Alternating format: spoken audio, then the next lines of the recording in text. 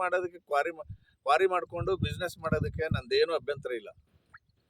ಆದ್ರೆ ಅಲ್ಲಿಗೆ ಹೋಗ್ಲಿಕ್ಕೆ ಇಲ್ಲಿವರೆಗೆ ಜಾಗ ಇರಲಿಲ್ವಾ ಅಂತ ನೋಡಿದ್ರೆ, ತೊಂಡವಾಡಿ ಗ್ರಾಮದಿಂದ 5 ಕಿಲೋಮೀಟರ್ ದಾರಿ ಇದೆ ಅಲ್ಲಿಗೆ ಹೋಗೋಕ್ಕೆ. ತೊಂಡವಾಡಿ ಗೇಟಿಂದ 5 ಕಿಲೋಮೀಟರ್ ಅಲ್ಲಿ ಮೊದಲಿಂದ ಕ್ವಾರಿ ಹೊಡಿತಾ ಇದ್ದಾರೆ, ಮತ್ತೆ ಲಾರಿಗಳು ಹೋಗ್ತಾ ಇವೆ. ಅದನ್ನ ಬಿಟ್ಬಿಟ್ಟು ಇಲ್ಲಿ ಯಾಕೆ ಮಾಡಿದ್ರು ಅಂತ. ದಲಿತರ ಜಮೀನು, ದಲಿತರು ಉಳುಮೆ ಮಾಡ್ತಾ ಇರೋದು ಬಿಟ್ಟಿಗೆ ಬಿದ್ದಿದೆ ಅಂತ ನೀವು ಪೊಲೀಸ್ ಅವರು ಮತ್ತು ರೆವಿನ್ಯೂ ಡಿಪಾರ್ಟ್ಮೆಂಟ್ ಅವರು. ಈ ಪ್ರಕರಣ 2020ರಲ್ಲೇ ನಾನು ಶಾಸಕನಾಗಿದ್ದಾಗ ನಮ್ಮ SC/ST ಲೆಜಿಸ್ಲೇಟರ್ ಕಮಿಟಿ ಚಾಮರಾಜನಗರಕ್ಕೆ ಬಂದಾಗ ಈ ರೈತರು ಬಂದು ನಮಗೆ ರಿಕ್ವೆಸ್ಟ್ ಮಾಡಿದರು,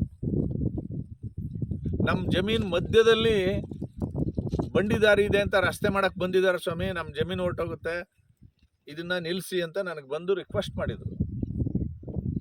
ನಾವು ಆವಾಗಲೇ DC-ಗೆ ಹೇಳಿ SP-ಗೆ ಹೇಳಿ ಇದನ್ನು ನಿಲ್ಲಿಸಿ ಅಂತ ತಡೆ ಹಿಡಿದಿದ್ವಿ.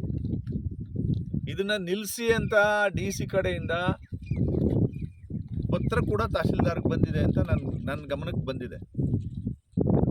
ಸೊ ಈಗ ಈ ಕ್ಷೇತ್ರದ ಶಾಸಕರು